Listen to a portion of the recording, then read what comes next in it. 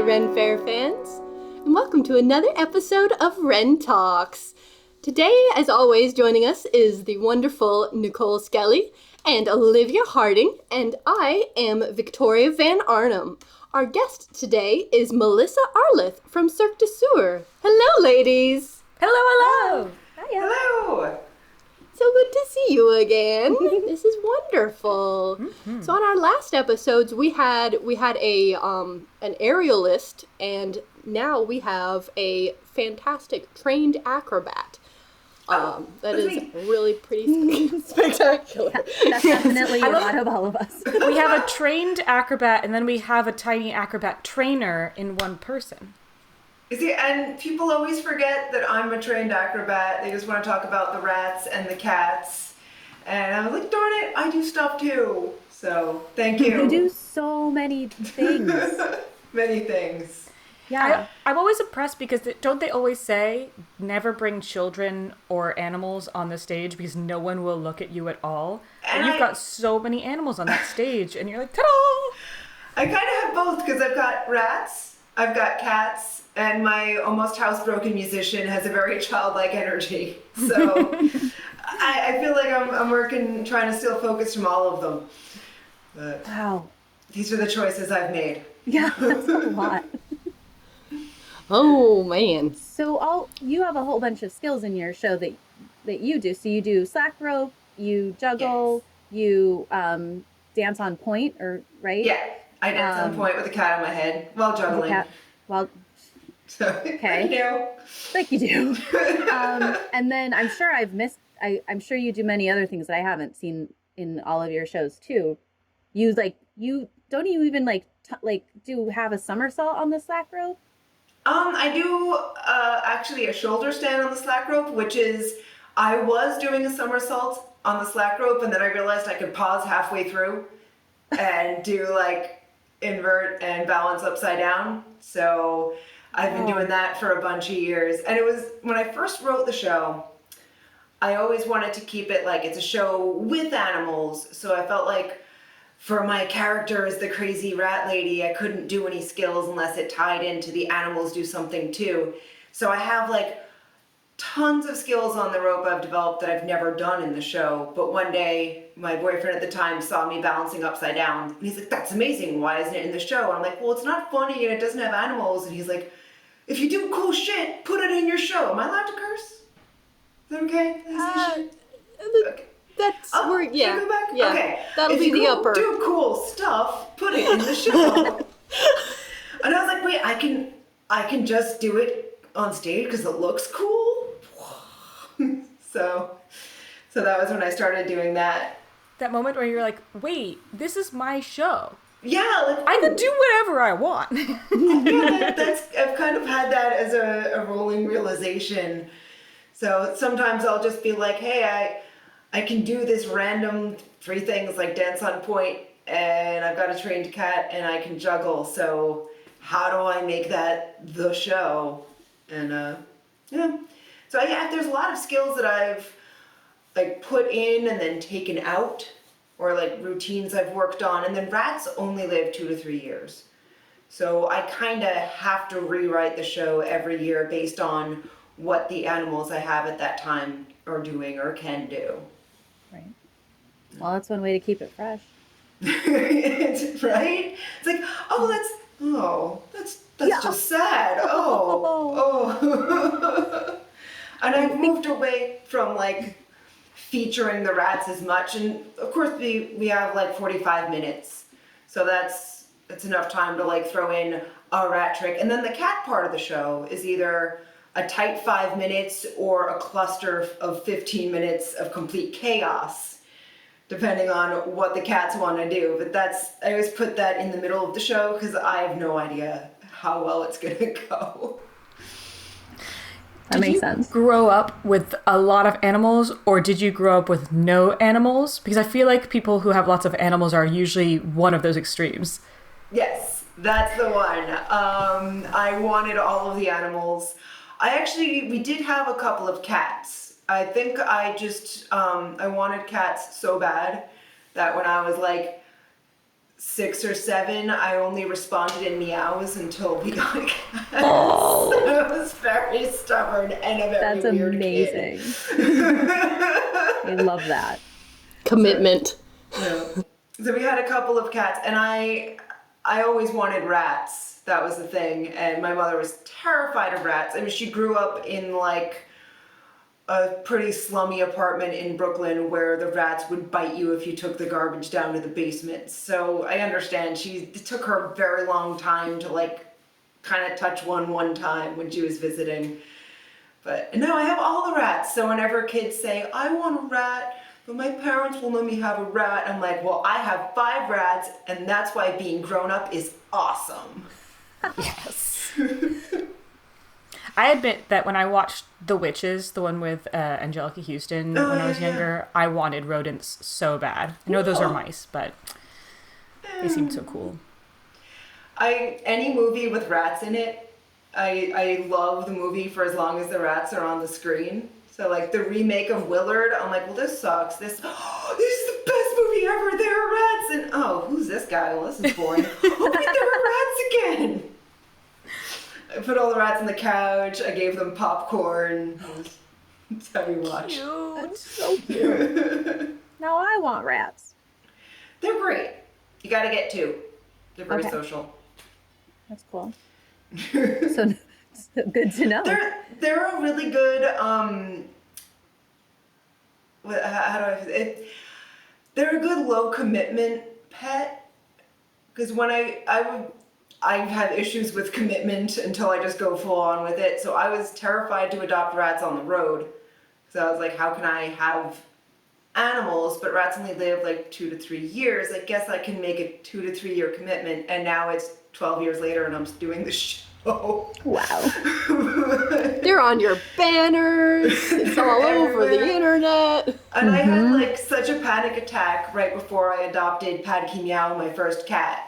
Like I had seen him as a kitten and he needed a home, and they're like, please take this cat. And I'm like, cats live so long. How can I make this commitment? How can I say I'm still going to be able to have a cat in 5 years or 10 years? And now I have 3 cats. And all of your animals. Ooh, sorry, Liv.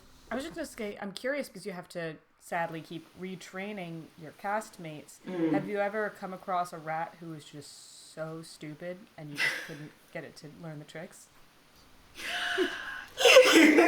That's a yes face. That's a yes face she's looking right now. This is where my assistant would get upset, because when I hired Vitaliy, oh my god, almost 5 years ago now, around the same time I got him, I got Bubonique, who is a little white rat with red eyes and very sweet and cuddly and loving, and just like did not pick up on anything. Like it seemed like every day I would start from square one and slowly work her up to like walking through a hoop, and then the next day she'd forget the whole thing, and I'd be like, well, she's really sweet, but she's pretty dumb. No. And Vitaliy would be like, oh, but she's the best one.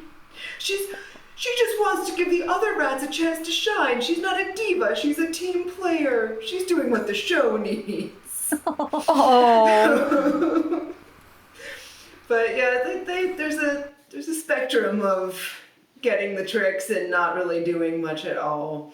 That luckily, rats are way easier to train than cats, and they pick up a lot faster, and they also will watch each other and learn from what the other rat does. Cats do not do that. With every cat, it's like teaching them out of nowhere. They could be right next to a cat that is pressing a bell with its paw and getting treats and getting treats and getting treats, and the cat takes away from that. I'm gonna smack you in the face and smack the cat and steal the treats. They don't make that connection. Because I feel like every cat is the only cat in the universe. Even if they see other cats, they're like, no, I'm the only one. Who are you? Much. I love cats. And all of your animals are adopted, is that correct? Or rescues? Yeah, I go through rat rescues all over the country. Like they have dog and cat rescues, there are rat rescues. And then I've had some come to me through random circumstances. Like I had one that was liberated from a laboratory in New Jersey. That was Zika. She Oh. was really sweet. And like a rat that was a feeder rat that someone just bought because they didn't want it to get fed to a snake. But they have like all kinds of rescues. And then the cats, I haven't even gotten as far as going to a shelter, because all I'll do is say, I want to rescue a cat, and someone's like, oh God, please take this cat. There's a cat. I know a cat. You want a cat? Take 2 cats. You want how many cats do you want? We got cats for you. So that was how I got Padkey Meow. He was an oops kitten in Washington State. And Sputnik and Schrodinger, I went to Bazaar to get breakfast the day after the last day of Scarborough. And I thought I was just going to get tacos. And this girl zips up a backpack and like kitten heads pop out. And I'm like, what? And I think what she actually said was, my cat is a super slut. It keeps having kittens. And I'm like, they know what causes that. Wait, just give me the kittens. Just give me, I'll take them. I got them. Okay. So I realize for anyone listening who doesn't work at Renaissance festivals, I don't think we've talked about Bazaar before. Mm-mm. And so for anyone watching, Bazaar, so that's Bizarre, Bazaar, happens usually the Monday after a festival weekend.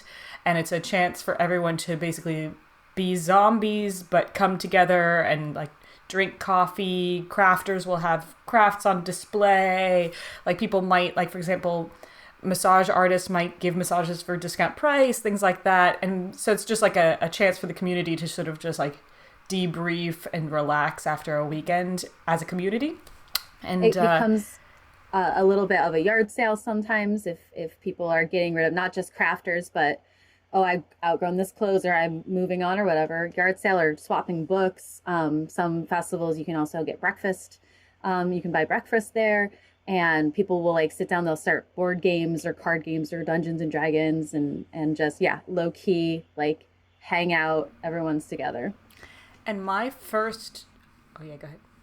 I was just gonna say my first Bazaar, I got spoiled because I didn't realize that all Bazaars weren't also Mimosa Monday at every festival. Oh, right?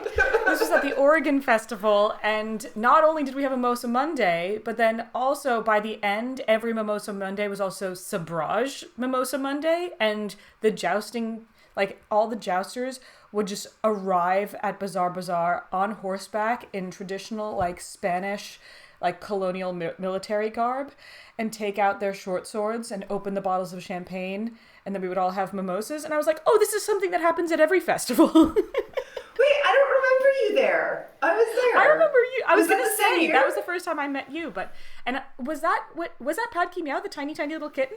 Yeah, that teeny little kitten was Padkey Meow. It was. I That thought was so. like, I adopted him right before the last weekend of that show. And then that was also the first time I hired my assistant, not to do a show, but I had like 4 days to go from Oregon to Connecticut for my next show. So I just flew him from Jersey to Oregon and paid him $300 to like drive with me, and like we did not stop, and we slept in, one of us would drive, the other would sleep in the back of the van. Padkey Meow had full run of the van the entire time. We had to try to keep him out from under the like brake pedal. Oh. Yeah. Wow, that was so long. That was such a great fair, that Oregon It really show. was. Yeah. It made me so sad when it closed. Me too. The owners of that fair were just wonderful, like magical people. Yeah. They still are. They're just not the owners of that fair anymore. So I'm assuming sabrage is when you open a bottle of champagne with a sword. Is that correct? I want that in my life. Yeah, and what I want in my life is to understand the science of it, because it's something like the bottle has to be cold, and it's like something about the angle, because it's not like you're chopping it off. It's something about you sliding it along the edge that causes it to explode. I mean, at least once they broke a champagne bottle doing it, right? At least once. That was actually, if I can go on another mini story time, the first time I ever went paintballing was with that jousting troupe. and it was just me and a bunch of jousters, which was kind of hilarious. But basically they said like, oh, we have an appointment, but the queen can't come with us because her back's hurting. But we need a minimum amount of people. Can your crew come with us? And I was like, oh, I'm sure. Absolutely. We're down. Answered for all of us. Went back to the trailer. No one else is interested. So it ended up just being me and a bunch of jousters, which was hilarious for multiple reasons. Because they did not, I mean, they're jousters. They're not going easy on anyone. They are going full throttle through this thing, like paintballs to the face 2 inches away kind of deal.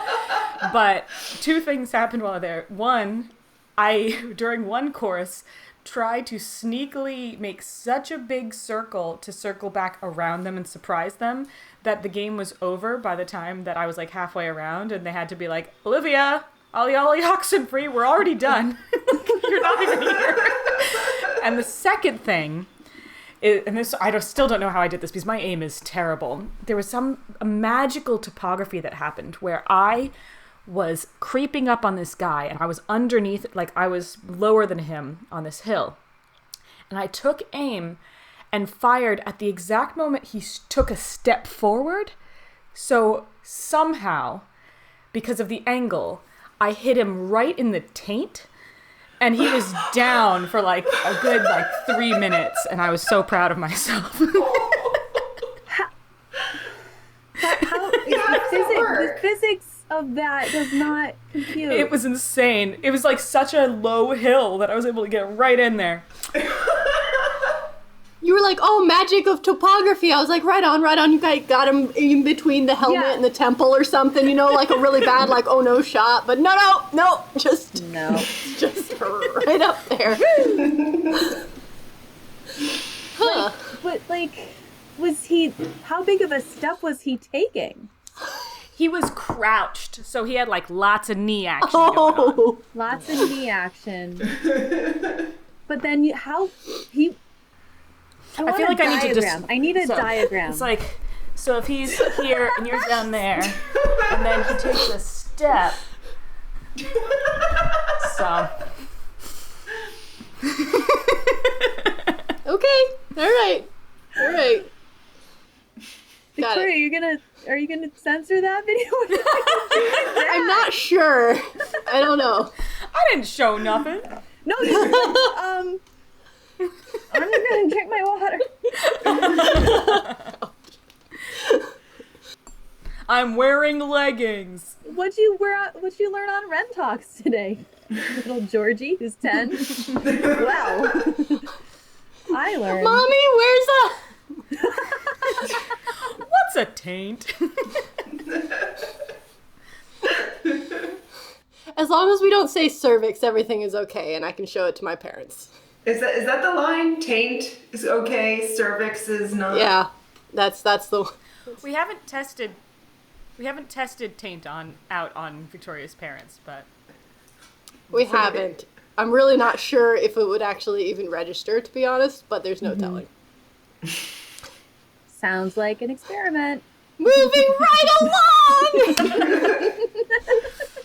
It's amazing how, like, you try to think of, okay, what can I talk about that's not taint? And then your brain just keeps circling back. Oh, like, yeah. Taint, no, this taint. is what we're going to talk about for another hour. I've got some, but we're gonna zip lining in a kilt. All right, we're gonna leave it there. Oh, yes! Wait, what? A kilt? What? Did you zip line in a kilt? Ziplining in a kilt. Oh. No. No. Over a festival, yeah. No. Oh, Rennie boys, why? Oh, no. No, that's not what you're supposed to do. That's a no-don't. For lots of reasons. It was a thing. It was all kind of bundled up. It's all right. Okay, anyway, so Melissa, you have... It's bundled up? I'm sorry, I have to ask. It's cool, I'm bundled up. What do you mean? You're not wearing a hat and coat? No, I'm bundled up. I don't know what it means. But if you wink like that, it makes it weird. Okay, anyway, I'll be quiet now. Alrighty. So Melissa, you how long have you been on the road on the circuit doing Renaissance festivals? I've been on the road. So I was on the road before I was doing Ren fairs, and then So my first Ren fair was in 1999. Because I'm old. I'm very old, guys. No, my first Ren fair was in 1999. Oh, okay. Really? What were you, like 10? Thank you. You're my favorite person. For the record, I was 10. I was 9. You shush your face. No one asked you, Olivia. No one talks about that. Oh, but no, I was, 1999. It was between like junior and senior year of college. And me and my roommate were trying to find like a summer stock thing we could both do together and perform. And we were both co-directors of the improv troupe, theater majors. And we saw a casting call that was like Shakespeare experience, improv experience. I think we had both just done like a workshop in stage combat. So we're like, let's audition together. We can do this together. And then the morning of, she was like, oh, I don't want to, I got drunk last night. I'm not going to go. So I was like, oh, fine, whatever. So I just took the train into Manhattan and auditioned and got cast. And I always felt like it was super lame that I got cast because like she loved Ren fairs. Her favorite childhood memory was the year she didn't puke at the Ren fair. And I'd never even been to a Ren fair. But I did a couple years the acting company there, and then I wound up getting hired as the sign painter. So like right out of college, I was at Ren fairs for like 6 months out of the year painting signs, and I wrote my first show, which was a puppet show. And then I decided to go be a real actor, and I was on the road for a whole while doing that. And then I realized I don't actually like actors. I was just so burnt out, like doing the thing where you're on tour and you're in a different hotel every night, traveling for, like I did this tour, it was like 9 months with the same 8 people in a van, and then every night a different like hotel room. And so I went to a unified audition hoping to get a different acting job, and a Faire tried to hire me. And I'm like, well, I have a show that I wrote like 10 years ago for a Ren fair. I'll do that. I'm not going to be in your acting company. And then I just kind of fell back into the Ren fair and trained a bunch of rats. So it's a weird story. I like it. It's a good story. Yeah. There's lots of layers in there. Yeah, I know some of it crosses over. Nicole's done a lot of stage combat, I think. Mm-hmm. And Olivia has, right? Olivia's done a lot of like theater as well. Mm-hmm. So I like an okay amount.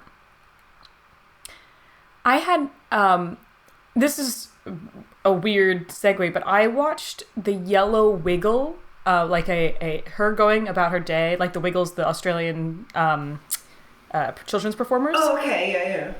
And it made me realize, like, it just shows her, like, getting up and going about her day. And, like, you have to be really crafty to be able to live, like, a healthy, stable life when you're doing that, like, every hotel different. Like, she had a little plug-in steamer so that she could make herself some vegetables, for gosh sakes, while she was on the road, because she was in a different hotel room every single night. And I'm watching this, and I just thought, like, thank goodness I don't do that kind of stuff anymore. But even my tours were short enough that, like, I could eat junk food the entire time and then just detox afterwards. Huh. But then B, like, I have so much respect for those people who are not tied down. Like, at least we're allowed to be in the same place for 6 weeks, 2 months at a time. Yeah. But I love having my trailer. I used to live off of raw almonds, organic peanut butter, Wassa crisps, and like celery when I was on tour. Because like that was the only healthy food I could reliably find and store. And I used to carry a French press and like dark roast coffee, and I would go to the continental breakfast and be like, screw your crappy hotel coffee, and I would like fill my French press. But I used to, I'm a skill junkie, and you can't bring your personal stuff on the road, so I would like find an excuse to juggle in the show so I could bring my clubs. I did a couple of shows where like I was like, hey, there should there should be like a guitar here, right? So I was able to bring my guitar on the road because I played one song in the show, kind of thing. But, I love that term, skill junkie. Yeah. That's a good thing to be. always learning skills. What keeps you motivated to keep learning them? And because I remember sharing the stage with you at Scarborough for just those couple weekends, and being there, going to the stage during the week, and you were there rehearsing and stretching and working on your skills, and I was so impressed with your discipline and your focus. But what, like, is it just, do you think it's just like an innate thing that you're just like, gotta do it? Or do you like struggle with it? Or do you use something to like get yourself focused to be like, yeah, today I'm gonna do this? All of them. Okay. I mean, like, innately, I am the kind of person that feels better when I'm training every day. And I have a background of dance. So, like, it was already ingrained in me that every morning, even if you feel like crap, you stumble to the bar and you do the exact same exercises. Because if you skip a day, it's all going to fall apart. And now that I'm over 40 and I'm still doing splits, like... It really, and actually I'm having trouble with splits because my hip is popping out. So now I'm trying to like fix the 20 years of damage I've already done and minimize future damage. And if I don't work out every day and I just try to like walk on a rope, then I could hurt myself. But I think part of it's habit. Mm-hmm. Part of it's what I've always done. And I have all kinds of like little mental tricks to try to keep it interesting or keep myself interested. And for the past 5 years, I've been training my assistant, who now can, in like half the time, learned all of the shit that all this stuff that I did. Pardon me. I curse a lot, but like I was able to train my assistant. So now I'm training him. I feel bad that I say training. I should say teaching, coaching. Sorry, it's not like I throw him cheeses when he catches a club or anything. But do you, most though? of the time. I would catch so many clubs for Cheez-Its. Yeah. I'm just saying. We were talking about brownies before. Give me a brownie. Oh Right. I'll catch some clubs. Where did Vitaliy come from? How did you guys meet? Originally Latvia, when it was the Soviet Union. Oh, wow. But Like for real? Like for real. actually? Or is... Yeah, like that's Wow. not like a thing. I don't actually bother writing jokes anymore. I just tell true stuff about my life and it sounds like a joke. Valid. Us too. But Vitaliy grew up in former Soviet Union. He came here when he was like 6. When I was living in New York City, I had this ridiculous job. Whenever I came back from a tour, I would just go right into contact juggling dressed as a Martian in a themed restaurant in Times Square. Is this Bars 2120? Yeah, Bars 2112. That used to be my favorite place. What? Yeah. Okay, well, if you ever saw someone with a green face contact juggling a sparkly acrylic sphere, that was amazing. like, I'm surprised how many people I've seen me do that. And just like, so around the time I was working there, I auditioned for Busch Gardens Williamsburg, and at my callback they're like, well, what do you do now? The callback was like 10 people in a room, so like I was eventually hired as a stilt walker, but there were like musical theater people there and a guy that played the tuba, and you just went around and talked about your experience. And I said, well, I have this really stupid survival job where I contact juggle dressed like a Martian. And they're like, well, that's interesting, tell us about that. And I did like a little bit of my character, and I sat back down, and the girl next to me at the callback whispers in my ear, I have a picture of you and my family from when we went. And I was like, well, that's random, I'm in your family photo album. And then when I was working Busch Gardens Williamsburg, which is in Virginia, like the restaurant was in New York, I was contact juggling on stilts, and this family comes up, obviously from New York. And the mother's taking pictures, and she's like, look, kids, it's just like on Moz. That's awesome. That is so cool. And in my mind, this family also went to the New York Renaissance Fair when I was there. So I'm like in this family's photo album, and if you just flip through, like, who is this random woman? But to get back to the story about Vitaliy, he was a waiter there. I came back from a tour, and there was a new cute waiter, and I'm like, oh, I'm gonna chat up this new cute waiter. So we started hanging out, and we used to have Whiskey Wednesdays in the restaurant. You could not get fired from this place. It was impossible. And he was a waiter, so he would like order drinks from the bar and then walk into the Martian break room and put them down and be like, oh man, the bar is so mad at me. I just dropped this tray of drinks and they have to make them again.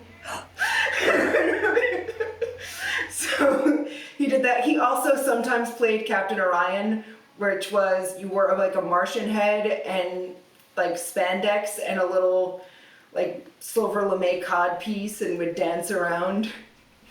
So is this place still open? Like, is this a thing? I want to go there. I want to go there too. It closed so long ago. Oh my gosh, we need a field trip anyway. Yes. Really. I was the perfect age, which is the kind of thing like you go in and then they take you in a spaceship. Oh yeah, this Martian spaceship simulator. Mm-hmm. Which was like a simulator ride, but then it like opened out onto the main cavern restaurant. And so it was like, I love a theme. I love immersive stuff. It was just like at that age, just like the perfect restaurant for me. It would be a perfect restaurant for me at my age. That's actually a good point. I would definitely go there again. Yeah, at my age, I would definitely go to the bar, but I mean, I've tried all the food there and it was terrible. That's why I had to convince my parents to go like once a year because they were like, we can't eat anything there. And the worst part was they only had one CD they played in the restaurant. It was a 25-minute long CD with music from Cirque du Soleil. Oh no. Endless loop. Endless loop. And Vitaliy, my now assistant, was kind of a superhero because he found like a hole in the back of the Martian room that led to a crawl space next, like by the heating vents that opened up into the manager's room that was always locked. So he would like, and he had to like, there was a giant projector that was 2 stories high that took up a whole like wall of the restaurant. He would slither on his belly under it, all Mission Impossible, and like make sure the managers were gone. Jump in there, wait for like the track to end, and then really quickly open the CD player, put his CD in, close it, and like slither on back. So I would be bored and contact juggling to freaking Cirque du Soleil, and it would fade down, and then suddenly like deep cuts of Grateful Dead Live would come on up.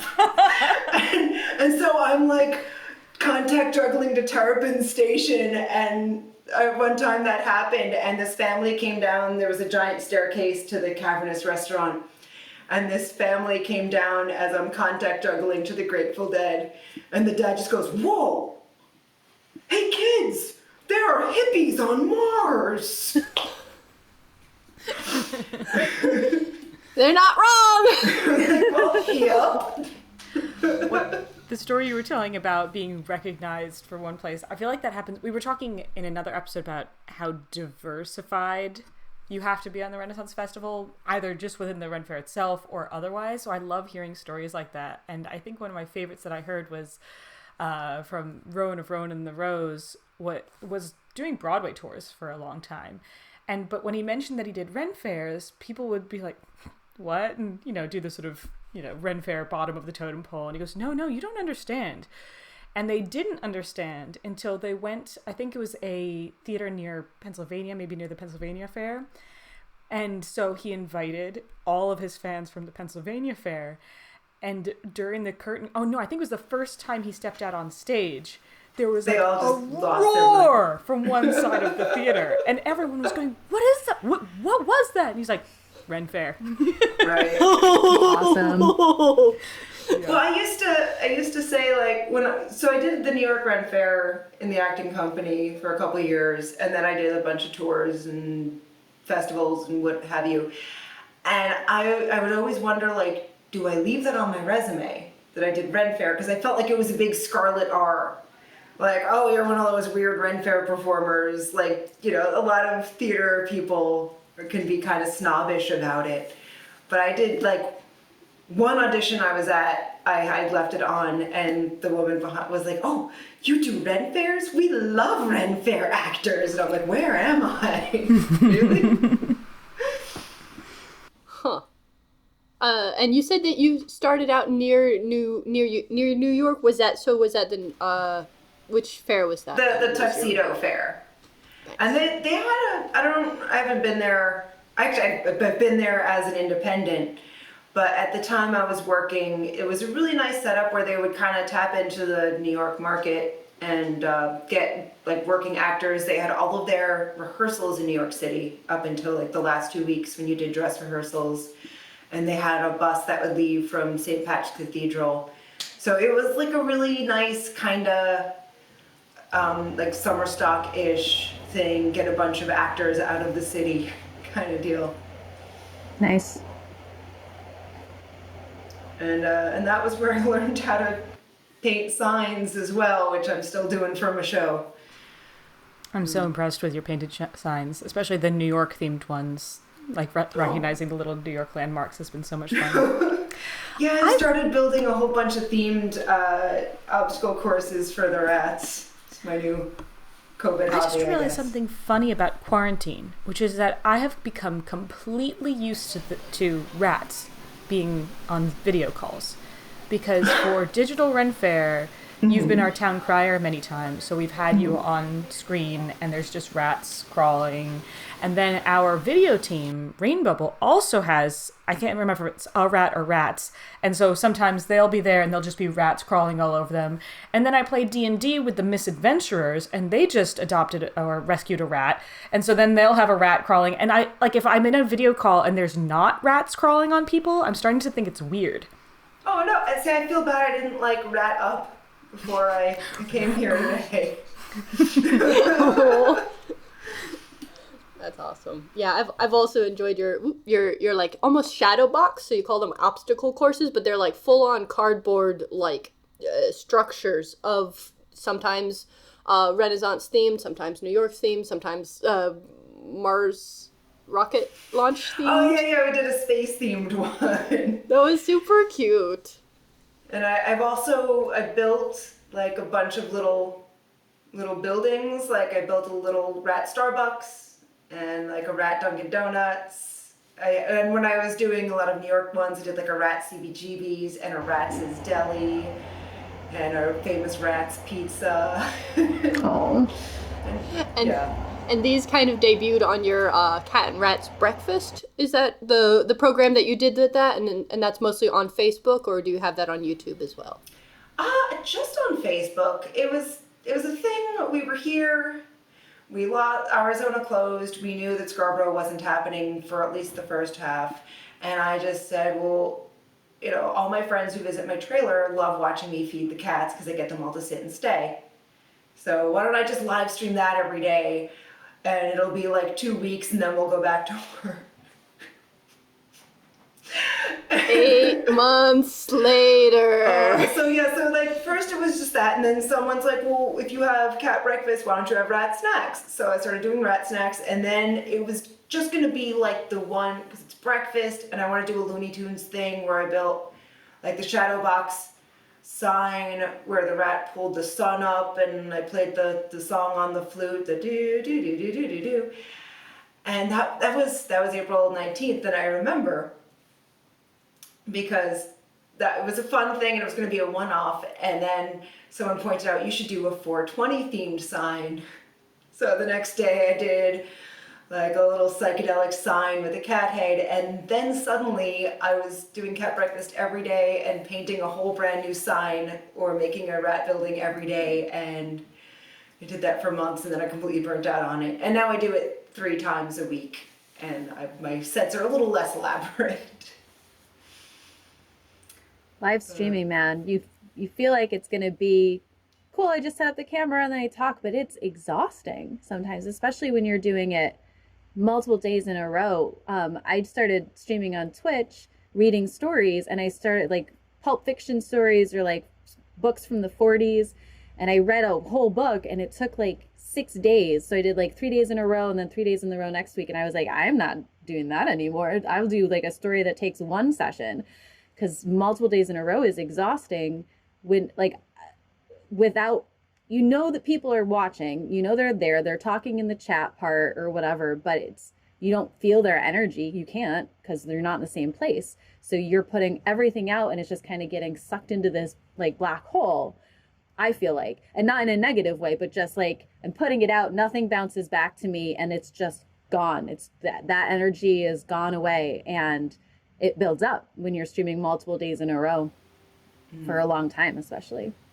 Well, and as someone who's used to working live, I feel like I've gotten a little better at when I'm doing a show, but like the first week when all of us were not performing and then we're trying to like live stream our shows, you're coming at it with this like big on a Ren Fair stage energy that makes the audience kind of go, yeah. How does it even work? And then how do I know if I'm funny if nobody laughs? Right. Like, exactly. How do you write a new joke without that feedback? Oh. That's really hard. My parents are like, so I'm living with my parents currently, and they are not having it. I test every single joke out on them. Oh. And at this point, like, I love my mother because she just goes, no. Absolutely not. doesn't even deign to protect your ego. It's just chopped. It's great. She's also used to it because all of anyone who's spent time around me just as Olivia, not even as Liv, because Liv's known for terrible puns. That's also Olivia. Like, I love making horrendous puns, and I get it from my father. And there was a certain age at which my mother started to realize that I wasn't imitating my dad, that I was just becoming another person who said terrible puns. And I remember the moment so well that she just went, "There are two of you." Aw, that's hysterical. Ugh. Yeah, changing to the live stream, changing to performing to, well, right now I'm looking at a umbrella with a light in it and another light with a sheet over it so it doesn't make shadows, because that's what you got to do. You know, but I've got my dulcimer set up, like I'm playing a lot more music than I might normally, but I only stream once a week, but like, yeah, you finish a song and then it's just kind of like, that's okay, I guess I'll start another one. You know, here it is again. And we've done, this is enough times. Like, I've got a pretty okay repertoire because I play Celtic music, and like the name of the game is just to learn as many tunes as humanly possible. Like, that's the goal. But I don't necessarily want to practice them in front of people, sort of. And then, like, the other side of it is, it's interesting because I don't have to play my fastest stuff. I don't have to play my most energetic stuff because people aren't sitting in the sun or the rain, you know, and trying to, you know, they're not comfortable or whatever, or they can't hear me on a stage. No, they're in supposedly a comfortable room and their own house. And so I can actually play the calm, relaxing, enjoyable music that suits the hammered dulcimer so much more, I think. And that's really a joy for me because it's such a different variety of music that, like, I know a ton of like waltzes and airs and things, but like I don't play that at the fair if I'm trying to, like, you know, get a single person on a stage with an instrument in between you and the audience. Like, it's not. Well, there's a lot of stuff that you don't get to do at the fair, because I always say, like, the wenches and bodices subtext is right there. Like, you have to get people's attention while there's people drinking and like hawking and craziness in the lane. So like, you don't have that moment to really like you don't do the subtle humor that you might do in a theater. So that's a good point. That's a really good point. And while Victoria was talking about that too, and like, this has given us an opportunity, going virtual and live streaming has given all of us performers an opportunity to either do the stuff that you always wish you could do at a fair but you can't, or learn new stuff or figure out different aspects of your show or your character or whatever, which is nice. But when fairs open up again, are we going to remember how to do it live? I guess I might be lucky or unlucky in that sense because I don't have a solo act on the circuit, and we haven't met. Music Gathering's been distanced this whole time, so we haven't had to sort of shift to screen and then shift back to stage. It's just going to be like, hopefully pick up where we left off. But it has been weird attempting to... I haven't done much performance because I've been doing a lot of behind the scenes stuff, but whenever I do performance, it's been weird, especially musical performance, because I have imposter syndrome because I've never done a solo show in front of people and I'm not getting feedback to see if it's good or not. But then B, when I do solo performance, it's 0 or 100. 100 being I'm the one that my band sends out when it starts pouring down on rain to stand in the downpour and scream sea shanties, or I sing creepy lullaby ballads. Like, I don't have any music that I play on my own that's in that like middle energetic but not like too screaming in your face kind of stuff. And so that's been good because I can do the quiet stuff for camera. But if I were to ever try and do, it would only be screaming sea shanties if I had to do something at the festival by myself. FYI, Olivia, even if you do have a solo show on circuit, you still are going to have imposter syndrome. I mean, part of the biz. Probably. Maybe you won't. I don't know. No, I probably will. Yeah. There's no aspect of my life where I don't have imposter syndrome. That's what's make you a performer. Yeah, it's true. I was about to say, like, I'll be brushing my teeth and I'll be like, am I doing this right? Am I just kidding myself? Am I calling myself a toothbrusher, but I'm not really a toothbrusher? Just say to that one. Every aspect of my life. Every aspect. No, I'm here. I'm like, when I write a schedule, I'm like, can I really write this in pen? I don't know if I should be the one in charge of this, if I really know what I'm doing. I did figure out how to make a good iced chai, though. So that, not impossible. Wait, from scratch? What's your secret? Okay. No, it's powdered. It's a powdered mix with lots of sugar in it that doesn't taste like real chai at all. Gotcha. But doesn't have coffee. Melissa, what happened? What's wrong? I've got a stink bug on my computer. Oh no! We were talking in our last... Oh god, it's gonna fly. Oh. We were talking in our last episode about the types of bugs you find at every festival, and stink bugs definitely came up. Stink bugs. The worst. Oh no, he's gone. Where did he go? He could be anywhere. Oh, no. Well, we didn't hear him fly. Like, those things are loud. Oh, there he is. There he is. Okay. See, I've got the coffee cup, got bullet journal.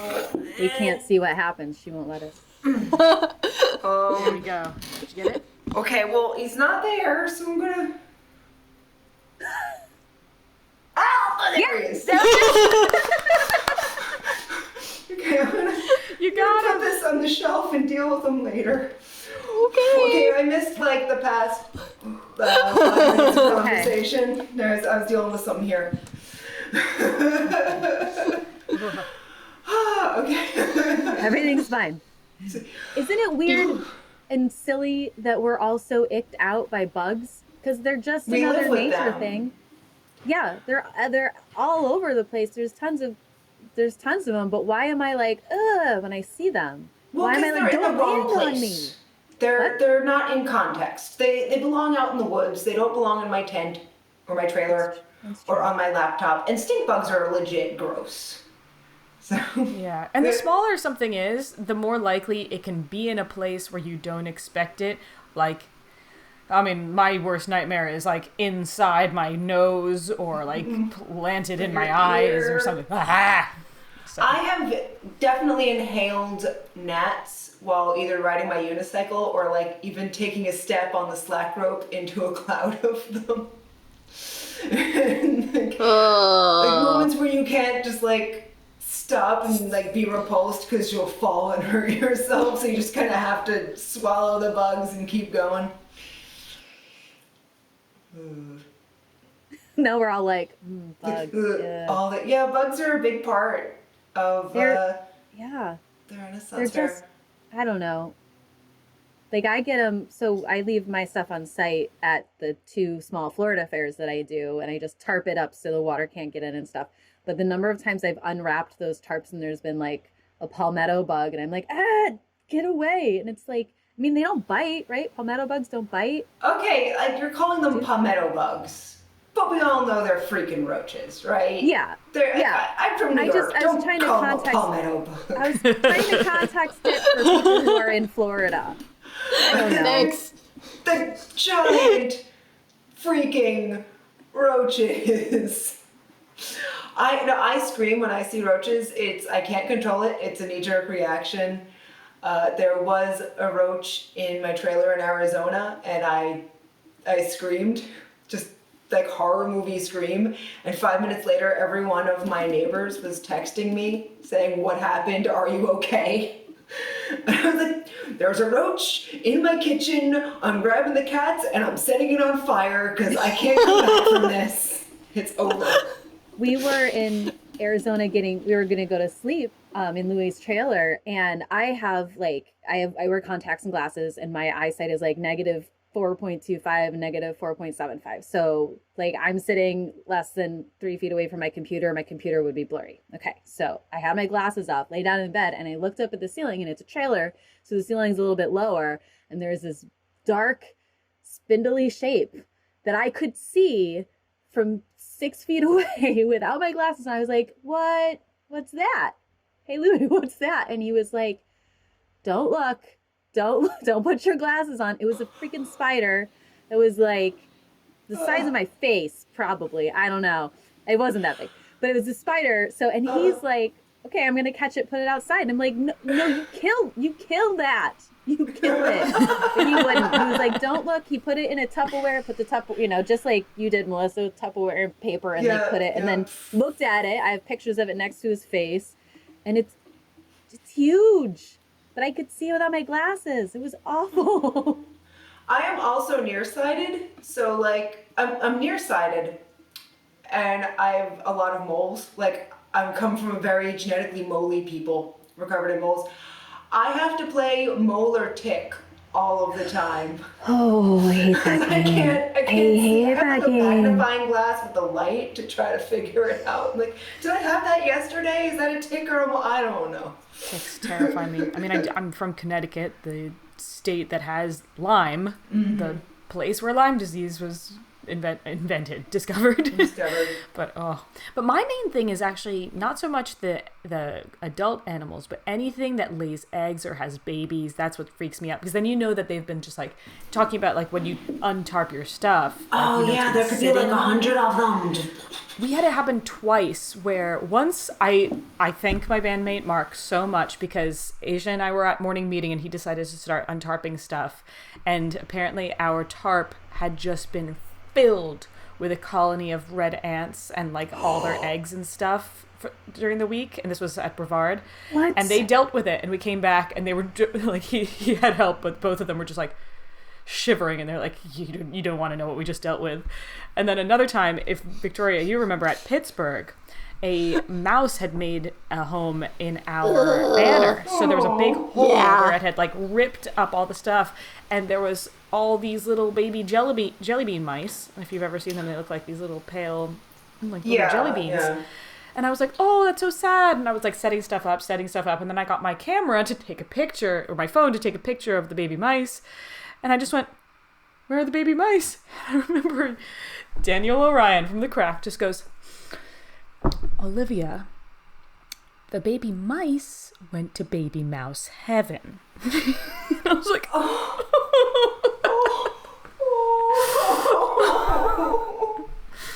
You shouldn't have told Melissa that story. I know, yeah. That's too close. That is where baby mice go, though. So as the designated rodent person, if there's a abandoned baby mouse, baby rat, baby squirrel, they always get handed off to me, and I always nurse them and try to make them live. And like 99% of the time, they don't make it. Like if their eyes aren't open yet, if they don't have fur yet, like it's so hard, and it's a full-time job. And I've got like a squirmy little baby squirrel in my bra, keeping it warm, feeding it with the eye dropper. But like it is, when they're that young, it's pretty bad. Mark, who you all know, has actually said the next person that gives you a baby mouse to nurse, I'm gonna punch him in the face. Because he's seen me cry so many times. But there was a time I actually hired Mark as my assistant long before I had an assistant, but I just had like one weekend where I needed some help and he was in town, so like for a pass he was my assistant for a show.